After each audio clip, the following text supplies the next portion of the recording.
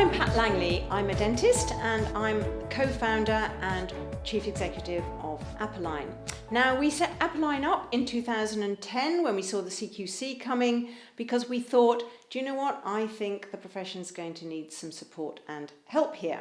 So we set Apolline up with the aim of providing a system that gives you peace of mind and shields you from the regulators. So I'm going to tell you a little bit more in a minute about how we do that. But before I do that, I'm just going to talk to you about the best way to prepare for your CQC inspection. Well, the first and most important thing you need to do is you need to involve your whole team. That means having regular practice meetings. It means, and I'm speaking to the dentists here, as a dentist married to a dentist, because I know we're all control freaks, you need to learn to delegate. So share the tasks out amongst the team and then empower the team to get on and complete their tasks and really be part of the whole team that is achieving compliance. Because it's really, really important that everyone understands that compliance is everyone's responsibility. It is not something that you can just give to the practice manager to do on a Friday afternoon when there are no patients in the practice. So you need to train the team adequately, and you need to make sure that the whole team lives and breathes your practice policies and protocols. So those are the blueprint for how you run your practice. They're not just a meaningless pile of papers that sit on a shelf. And get feedback from your team as well. Ask them what they think about working in your practice for you and with you. Feedback is really, really important to the CQC, so you need to make sure that you have feedback from your patients through patient surveys, through capturing ad hoc comments, perhaps suggestion boxes, comments cards, that sort of thing. Doesn't matter how you do it, you just need to make sure that you do get feedback. And track your complaints as well. Complaints are free feedback. They tell you about things that are not working so well in your practice, allowing you the opportunity to put them right. Now, there are 8 things that we think you must do. The first of them I've talked about. That's involve your whole team in compliance. The second is you need to audit your compliance.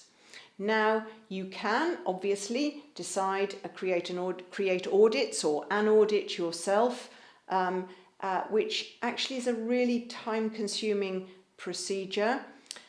That is something that we can help you with. More of that in just a moment.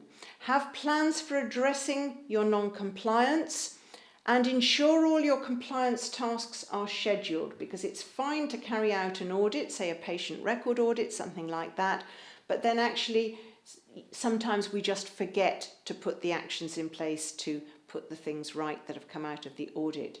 Keep excellent patient records. That you need to do for the CQC, and actually even more importantly to shield you from the GDC.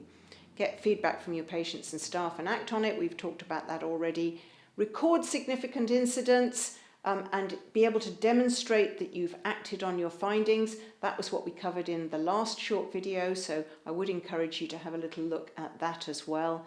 And do ensure all your policies and protocols are tailored. Now, how do we audit compliance at Apolline? Well, we have specially designed tools for it. We have an automated audit that we do on an iPad. We come into your practice, we spend a full day with you. You can still be seeing patients while we're there. We spend a full day with you, we audit your compliance, and at the end of that you get a full audit report and you get a detailed action plan for any areas of non-compliance. Now, obviously there's tons of stuff we need to do for compliance in our practices, so we RAG rate our audit. That means we denote which items are red, things that really need to be done immediately, which items are amber, things that can take a bit longer, and things that are green. We then have what we called our task management application, which ensures that all your tasks are scheduled in your diary. We also have a comprehensive patient and staff satisfaction survey. So those are our tools. Not saying for a minute you need to use our tools, but you do need something to help you. Most importantly, what you want to try and do is to give the CQC inspector confidence. So whilst you might feel like you're madly paddling away under the surface, really just try and give the impression of a smooth swan gliding over the lake.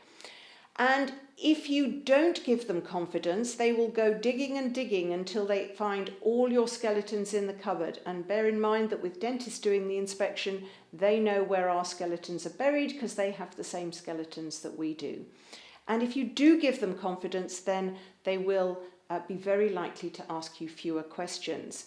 And I think perhaps the most important take-home message of all is that just like dogs aren't just for Christmas, compliance isn't just for your inspection. It should be how you run your practice. We do realise that it can feel very, very lonely out there, particularly in smaller practices, and that's what we're there for. So anytime you need us, please do call us.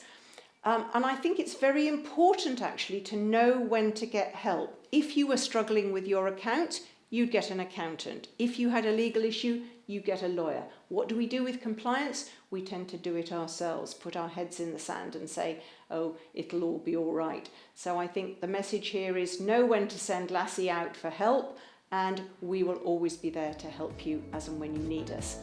Thank you for listening. My name's Pat Langley and I'm from Apolline.